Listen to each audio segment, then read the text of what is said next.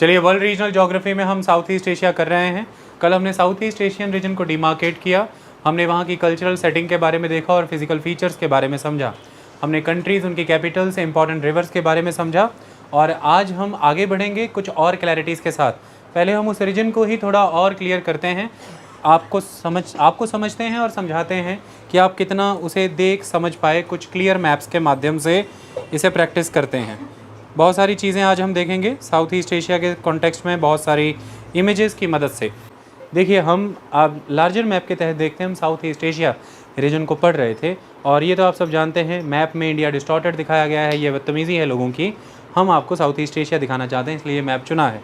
तो आप देख सकते हैं, ये चीन था यहाँ पर देखिए, और ये इंडिया रीजन था। इनसे एसोसिएटेड ये सारा का सारा मेनलैंड रीजन था साउथ ईस्ट एशिया का, जिसमें ये मुल्क आ रहे थे, म्यांमार, थाईलैंड, लाओस, वियतनाम और कंबोडिया। और उसके बाद आपने देखा ये येलो कलर का ये सारा का सारा इंडोनेशिया, ये पर्पल कलर का मलेशिया, और इसी में यहाँ पर देखिए मलेशिया में एक कंट्री थी ब्रुनेई, और यहाँ पर आप देखिए एक कंट्री पर्पल कलर की, दैट इज़ ईस्ट तिमोर।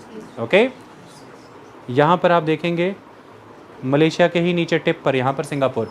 तो हमने क्या देखा था जिसको हम रिकॉल करना चाहते हैं, आप ध्यान से देखिए ईस्ट से वेस्ट की ओर आते हुए यहाँ पर ऑब्ज़र्व करिए अराफुरा सी, कहाँ पर, न्यू गिनी आइलैंड और ऑस्ट्रेलिया के बीच में। देखिए बांदा सी, इंडोनेशिया, न्यू गिनी आइलैंड और ऑस्ट्रेलिया के बीच में, और अगर स्पेसिफिकली कहना है तो इंडोनेशिया और ऑस्ट्रेलिया के बीच में। उसके बाद देखिए बांदा सी, इंडोनेशिया और ईस्ट तिमोर के बीच में, या फिर कह लीजिए कि इंडोनेशियन आर्किपेलागो में। उसके बाद ईस्ट तिमोर के नीचे देखिए तिमोर सी, ईस्ट तिमोर और ऑस्ट्रेलिया के बीच में, या तिमोर आइलैंड और ऑस्ट्रेलिया के बीच में कह लीजिए। उसके बाद आप आगे बढ़े तो ये देखिए आर्किपेलागो, इंडोनेशियन आर्किपेलागो में जावा सी, और देन यहाँ पर आप म्यांमार के नीचे इस क्षेत्र में this is the Andaman Sea, Gulf of Thailand, South China Sea. देखिए इंडोनेशियन आर्किपेलागो और फिलीपींस के बीच में यहाँ पर देखिए सेलेबस सी। ये देखिए जो फिलीपींस के आइलैंड्स उनके बीच में दिस इज सुलू सी। तो these are the important seas हमने देखे थे। ओके, इसके अलावा यहाँ पर आप नोटिस करिए, ये देखिए इक्वेटर होकर के गुजर रही है इंडोनेशिया से। देखिए इक्वेटर इंडोनेशिया से गुजर रही है, गलती ना करिएगा, यहाँ पर ध्यान से देखिए, इंडोनेशिया मलेशिया से नहीं गुजर रही है। अगर आपसे स्पष्ट पूछा जाए कि साउथ ईस्ट एशिया में ट्रॉपिक ऑफ कैंसर या कैप्रिकॉन में से कुछ गुजरता है, तो आपने देखा कि ट्रॉपिक ऑफ कैंसर गुजरती है। ये ट्रॉपिक ऑफ कैंसर थी, और ये साफ जाहिर हो रहा है कि ट्रॉपिक ऑफ कैंसर म्यांमार के उत्तरी हिस्से से गुजरी, लेकिन वियतनाम, लाओस, थाईलैंड, कंबोडिया इनसे नहीं गुजरी। और दूसरी तरफ कई बार हम गलतियां कर जाते हैं कि पता नहीं क्या ही ना आ जाएगा इक्वेटर पर, क्या क्या आ जाएगा। साफ स्पष्ट हो रहा है कि इक्वेटर गुजर रही है अलग अलग आइलैंड से, पर वो सारे एक कंट्री के हैं, दैट इज़ इंडोनेशिया। इंडोनेशिया से होकर के गुजर रही है इक्वेटर, ध्यान से देखिए। ओके, इस चीज़ को समझ के चलिएगा, गलती मत करिएगा। इंडोनेशिया में भी बोर्नियो और सुमात्रा आइलैंड से होकर के गुजरी है, जावा का कोई लेना देना नहीं है उससे। इस चीज़ को समझ के चलिए। तो ये हमने देखे थे इम्पॉर्टेंट सीज़, इम्पॉर्टेंट कंट्रीज, सारी मेन आइलैंड्स, ये हमने एक मैप से ऑब्ज़र्व किया था कल। आज क्लियर मैप के बजाय सारा नीट एंड क्लीन हो गया। ओके, अब कुछ चीज़ें समझते हैं। एक सवाल ये है कि कौन कौन सी कॉलोनियल पावर थी और उसका कहाँ कहाँ पर कंट्रोल था। एक मैप के बजाय मैं आपको क्लियर कर देना चाहता हूँ, बहुत अच्छे से आपको स्पष्ट हो जाएगा कि कौन कौन सी कॉलोनियल पावर थी और उसका कहाँ कहाँ पर रूल था। इस मैप के बजाय आप ध्यान से देखिए, लुक एट दिस। देखिए ये dark red colour, that is the France. तो ये देखिए इसको, ये है French Indo China, this is the French Indo China. जब आप इस पेनिनसुला की बात करते हैं तो इसे भी आप इंडो चाइना पेनिनसुला कह देते हैं, और अगर आप इसमें स्पेसिफिकली फ्रेंच इंडो चाइना की बात करते हैं तो ये देखिए 3 कंट्रीज़ कवर हो रही हैं। वियतनाम कवर हो रहा है, कंबोडिया कवर हुआ और लाओस कवर हुआ। तो फ्रांसीसियों का वियतनाम, लाओस और कंबोडिया पर कंट्रोल था। इसे स्पेसिफिकली फ्रेंच इंडो चाइना कहा जाएगा। अगर स्पेसिफिकली 3 कंट्रीज़ पूछी जाए तो इंडो चाइना। ओके, इसके बाद ये स्पष्ट है कि ये थाईलैंड है, और थाईलैंड फ्री था कॉलोनियल कंट्रोल से, इस पर कॉलोनियल कंट्रोल नहीं था। लेकिन उसके बाद अब यहाँ पर नेक्स्ट देखिए, this one is the great Britain, तो ग्रेट ब्रिटेन का कंट्रोल कहाँ था? देखिए म्यांमार पर ग्रेट ब्रिटेन का कंट्रोल है, म्यांमार पर ग्रेट ब्रिटेन का कंट्रोल है। स्पष्ट देखिए, मलय मलय के दोनों आइलैंड यानी कि मलेशिया पर ग्रेट ब्रिटेन का कंट्रोल है। नीचे देखिए सिंगापुर भी आ रहा है, और यहाँ पर जब हम नीदरलैंड पढ़ेंगे तब हम इन डच के बारे में पढ़ेंगे। ओके, तो सिंगापुर, मलेशिया, उसके बाद जब आप इस आइलैंड की बात करते हैं, this whole island is New Guinea. इसके सेंटर से ये लाइन लगी हुई है, इसके वेस्ट का हिस्सा तो इंडोनेशिया का पार्ट है, लेकिन इसके ईस्ट में है एक country that is Papua New Guinea, उस पर कंट्रोल था ब्रिटेन का। ओके, तो अभी तो हमें इतना क्लियर हो गया कि म्यांमार है, यहाँ पर मलेशिया है, सिंगापुर है। ओके, और ये है ब्रुनेई। इतनी कंट्री क्लियर। दूसरी कलोनियल पावर हो गई the Netherlands, that is the Dutch. अब यहाँ पर देखिए स्पष्ट, इंडोनेशिया डच के कंट्रोल में था। ओके, कोई डाउट तो नहीं। अगला द स्पेन, ध्यान से देखिए, फिलीपींस सारा स्पेन के कंट्रोल में था। फिलीपींस, बाद में अमेरिका इसे अपने कंट्रोल में ले लेगा। कुछ समय के लिए इसकी राजधानी मनीला ब्रिटिशर्स के कंट्रोल में भी जाएगी, बट मेनली आप हमेशा फिलीपींस को स्पेनिश से जोड़िएगा, ये स्पेनिश कंट्रोल में था। उसके बाद Portugal, important, that is Portugal. तो आप ये देखिए, दिस इज़ तिमोर आइलैंड। इसका मिड सेंटर से वेस्ट तक का रीजन तो इंडोनेशिया के ही पास था, लेकिन ये जो ऑरेंज कलर के रीजन जिसे आज हम ईस्ट तिमोर कहते हैं, ये पोर्तुगल कंट्रोल में था। तो देखिए तिमोर पोर्तुगल कंट्रोल में है, इंडोनेशिया डचों के कंट्रोल में है, मलेशिया, ब्रुनेई, सिंगापुर ये सब और म्यांमार ब्रिटिशर्स के कंट्रोल में है। लाओस, थाईलैंड, लाओस, कंबोडिया और वियतनाम ये फ्रांसीसियों के कंट्रोल में है।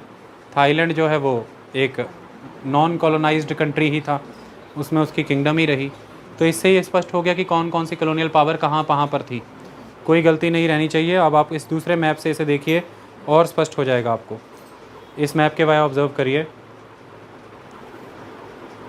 Look at this, it is very clear. ये yellow colour, it is the Siam, that is the Thailand. ये सारा का सारा जो सी ग्रीन कलर है, ये सारा ध्यान से देखिए। This one it is British. ये जो डार्क येलो कलर है या थोड़ा orange type, it is the French, Indo French. ये सारा का सारा दैट इज़ डच। ये सारा देखिए यहाँ पर साफ लिखा है, this is the Dutch New Guinea and this is the British New Guinea. फिर ब्रिटिशर से एक हिस्सा थोड़ा जर्मनी भी ले लेगा, आप सिंपल ही रखिए इसे, ब्रिटिश न्यू गिनी समझिए।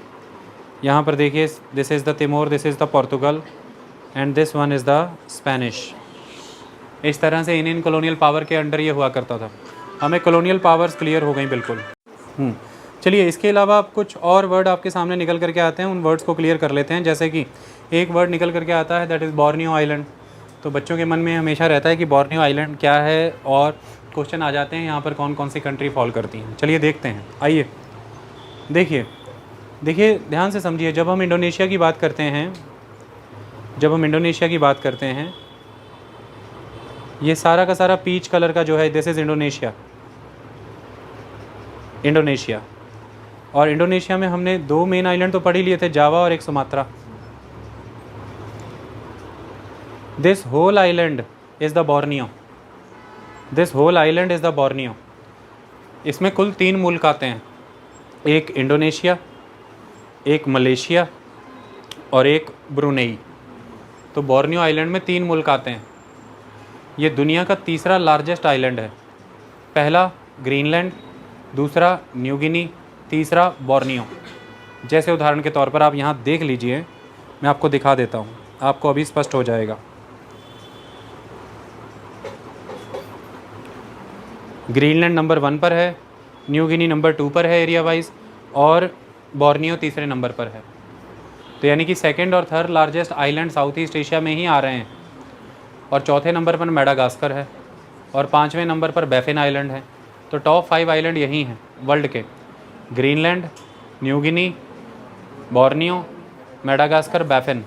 ये 5 आइलैंड टॉप 5 हैं साइज़ वाइज। ओके, तो अब हमने ये समझ लिया कि एक आइलैंड है जो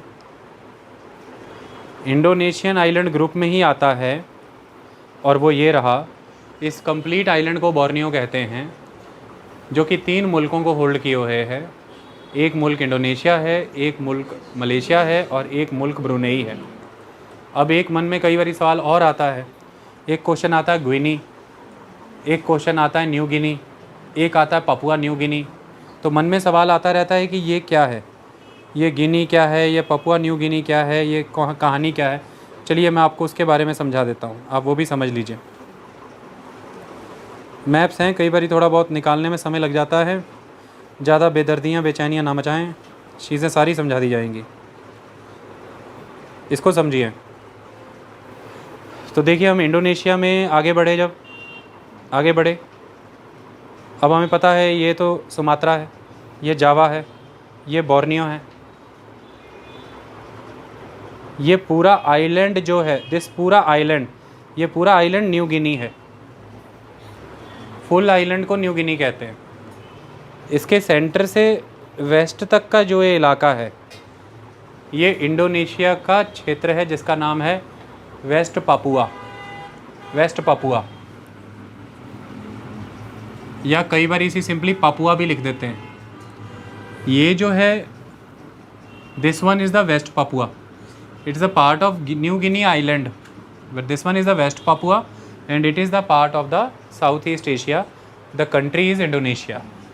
बट इसी लाइन के इस तरफ जो है वो अपने आप में एक कंट्री है पूरी, और वो है पापुआ न्यू गिनी। तो न्यू गिनी क्या है, एक आइलैंड 2 हिस्सों में बटा है। उसका वेस्टर्न हिस्सा क्या कहलाता है, वेस्ट पापुआ या पापुआ, जो कि इंडोनेशिया का हिस्सा है। और उसका ईस्टर्न हिस्सा क्या कहता है न्यू गिनी का, इट इज़ अ कंट्री, जो कि है पापुआ न्यू गिनी।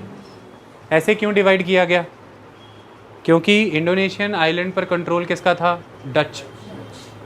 लेकिन इस रीजन पर कंट्रोल किसने कर लिया, ब्रिटिशर्स। तो ये लाइन 2 कॉलोनियल पावर को डिवाइड करती है। इस लाइन के ईस्टवर्ड पापुआ न्यू गिनी पर इन्फ्लुएंस ब्रिटिशर्स का था, और इस लाइन के वेस्टवर्ड वेस्ट पापुआ पर कंट्रोल और इन्फ्लुएंस था डच का। तो ये न्यू गिनी आइलैंड किन 2 कॉलोनियल पावर्स ने कंट्रोल किया हुआ था, डच एंड ब्रिटिश। और फिर ब्रिटिशर्स का एक हिस्सा एक समय पर जब जर्मन उनकी कॉलोनियाँ लेते जा रहा था, तो जर्मन ने भी कंट्रोल किया था। और वो मैं आपको स्पष्ट रूप में दिखा सकता हूँ इस मैप में, आप यहाँ पर देख लीजिए।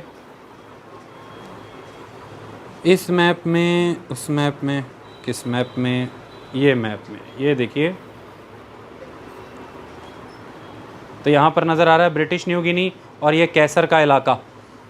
कैसर पता ही है आपको, जर्मन शासक, द कैसर। ओके, तो ये जर्मन के कंट्रोल में, ये ब्रिटिशर के कंट्रोल में। इतनी बात क्लियर हुई, आप इसे ब्रिटिश कंट्रोल में रखिए।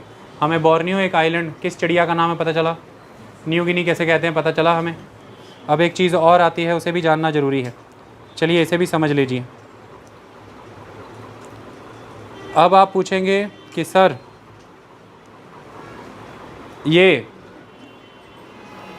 पूंछ वाले केकड़े जैसी शेप का ये कौन है ना, तो ये भी पूछा जाता है।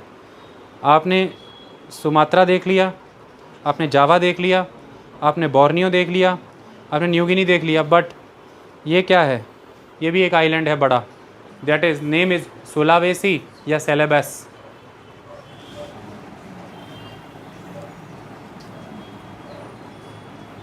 ओके, वो यही वाला आइलैंड है। चाहिए अब आपको मैं दिखा देता हूँ, लुक एट दिस, सुलावेसी या सेलेबस। अच्छे से देखिए सारा। क्यों देखना है अच्छे से, कुछ समझना है अपन को। क्या समझना है, ध्यान से आओ इधर। देखो यहाँ पर आ रहा है बांदा सी, जो मैंने दिखाया था। तो ये आइलैंड तो है इंडोनेशिया का ही हिस्सा। ओके, यहाँ पर आ रही है मकासर स्ट्रेट, और यहाँ पर आ रहा है बोर्नियो। तो बोर्नियो आइलैंड और सुलावेसी आइलैंड को सेपरेट करती है मकासर स्ट्रेट।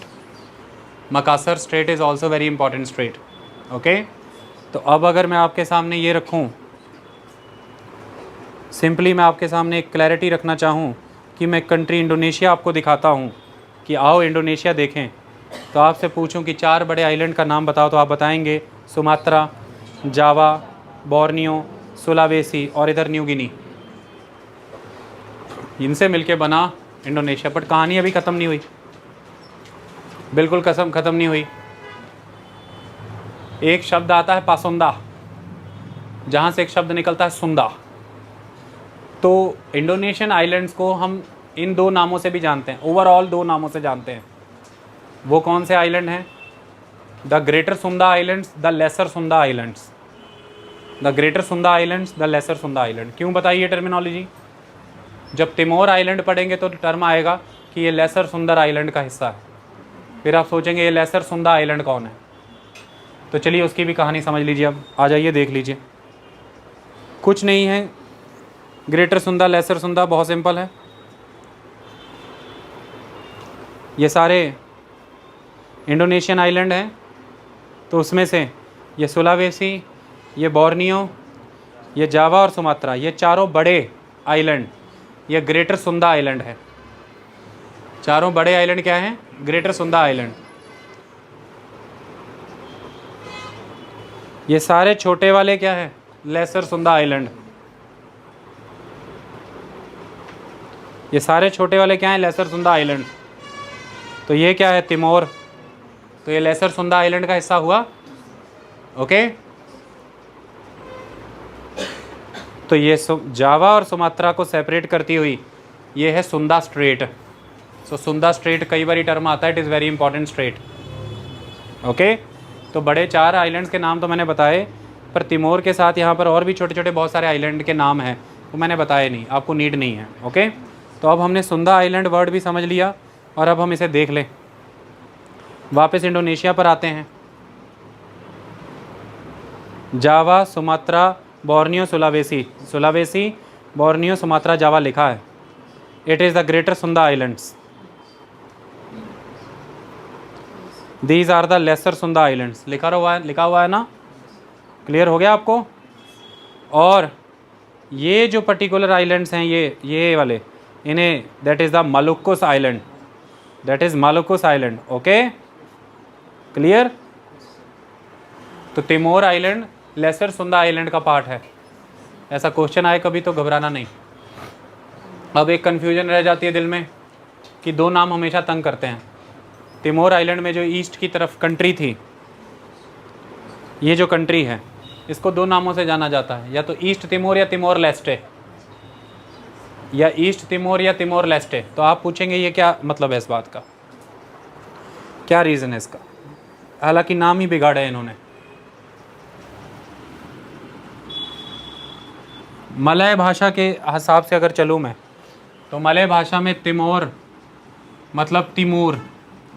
तिमूर माने ईस्ट। तो ईस्ट तिमूर का literal meaning east east east east. इसलिए कई लोग ये कहते हैं कि नाम क्या कर दिया, ईस्ट ईस्ट। दूसरा नाम भी गलत है, तिमोर लेस्टे। इन्फ्लुएंस किनका था? पोर्तुगीज़। पोर्तुगीज़ भाषा में लेस्टे मतलब ईस्ट, और कहा क्या जा रहा है? Timor Leste. तो तिमोर माने तिमूर, तो तिमूर माने ईस्ट, लेस्टे माने ईस्ट ईस्ट ईस्ट। कहानी का मतलब बस ईस्ट ईस्ट। तो जब 2002 में ये एक आज़ाद मुल्क बना, अमेरिका ने इसे रिकॉग्निशन दी उस समय में, तो नाम इसका पड़ा तिमोर लेस्टे। ज़्यादा जुड़ाव रखता था यूरोपियन कंट्रियों के साथ, जड़ें उधर जुड़ती दिखती थी। समय के साथ साथ फिर नाम हो गया ईस्ट तिमोर। एक ही कंट्री का नाम है, Timor Leste, east Timor. Timor Leste प्रभाव बताता है पुर्तगाली का, और ईस्ट तिमोर क्लियरली प्रभाव बताता है कि चले गए पुर्तगाली। अब एक ही बात है तिमोर, और वह है ईस्ट में, और तिमोर आइलैंड का ईस्ट हिस्सा, इसलिए नाम डाला है ईस्ट तिमोर। और तिमूर शब्द जो है वो यहाँ के कल्चर को रिप्रेजेंट करता है, क्योंकि यहाँ पर जो कल्चर डोमिनेंट है वो है Malay people, Malay culture, Malay languages. इसलिए जिसे मैं इंडोनेशियन आर्कीपेलागो कह के पुकारता हूँ, कभी टेंशन मत लेना अगर उसे मलय आर्कीपेलागो भी कह दिया गया हो। ओके, वो कल्चरल डोमिनेंस है उसका। हमें तिमोर भी क्लियर, ईस्ट तिमोर भी क्लियर, हमें न्यू गिनी आइलैंड क्लियर, हमें वेस्ट पापुआ और पापुआ न्यू गिनी दोनों क्लियर कि एक मुल्क है और एक हिस्सा है एक मुल्क का। ओके, हमें बोर्नियो क्लियर, 3 मुल्क आते हैं। हमें कोई पूछ ले कि ग्रेटर सुंदा में कौन कौन से आइलैंड आते हैं, हमें पता है इंडोनेशिया के 4 आइलैंड आते हैं, जावा, सुमात्रा, बोर्नियो और सुलावेसी। हमें पता है कि लेसर सुंदा आइलैंड्स कौन से हैं। अब आइए, हमें पता है कि कहाँ पर कौन सी कॉलोनियल पावर हुआ करती थी, पता है कि नहीं पता है? चलिए, अब एक इम्पॉर्टेंट चीज़ है the straight of Malacca. This is the straight of Malacca, this is the straight. ये किसके बीच में है? जो कंट्री मलेशिया है उसका ये जो मलय रीजन है उसके बीच, और इंडोनेशिया के सुमात्रा के बीच। तो मलेशिया और इंडोनेशिया के बीच से गुजरती है straight of Malacca, a narrow water body. ये सीधे आपको एक्सेस प्रोवाइड करती है कहाँ से? देखिए, आप अंडमान सी से जा रहे हैं साउथ चाइना सी की ओर, या आप सिंपली कह लीजिए कि बे ऑफ बंगाल से साउथ चाइना सी, या इंडियन ओशियन से पैसिफिक ओशियन को जोड़ने का काम करती है ये straight of Malacca. It is very important strategic water line. इसे चोक कर दीजिए, चीज़ें रुक जाएंगी, एनर्जी सप्लाई रुक जाएगी चाइना की। दूसरी तरफ यही कुछ एक स्ट्रेट है ऐसा नहीं है, कुछ और महत्वपूर्ण स्ट्रेट्स हैं, उन्हें देखिए। This the straight of Malacca, Indonesia Malaysia साफ नज़र आ रहा है। स्ट्रेट ऑफ मलक्का के टिप पर सिंगापुर है। ये छोटे छोटे आइलैंड नज़र आ रहे हैं, यहाँ सिंगापुर है, इनके बीच में भी एक स्ट्रेट ऑफ सिंगापुर भी है। लेकिन सुमात्रा और जावा के बीच में this is the Sunda straight. आगे चलिए, जावा और उसके बाद जो लेसर सुंदा आइलैंड्स हैं उनके बीच में से यहाँ से देखिए, दैट इज़ लोम्बॉक स्ट्रेट। लोम्बॉक भी एक आइलैंड है, जैसे तिमोर आइलैंड है ऐसे लोम्बॉक आइलैंड है, ये लेसर सुंदा आइलैंड है। ओके, अगली इमेज जो बहुत इंपॉर्टेंट है आपके लिए, स्पष्ट रूप में दिखा रही है स्ट्रेट ऑफ मलक्का। देखिए कितनी सुंदर straight of Malacca, Malaysia, Indonesia,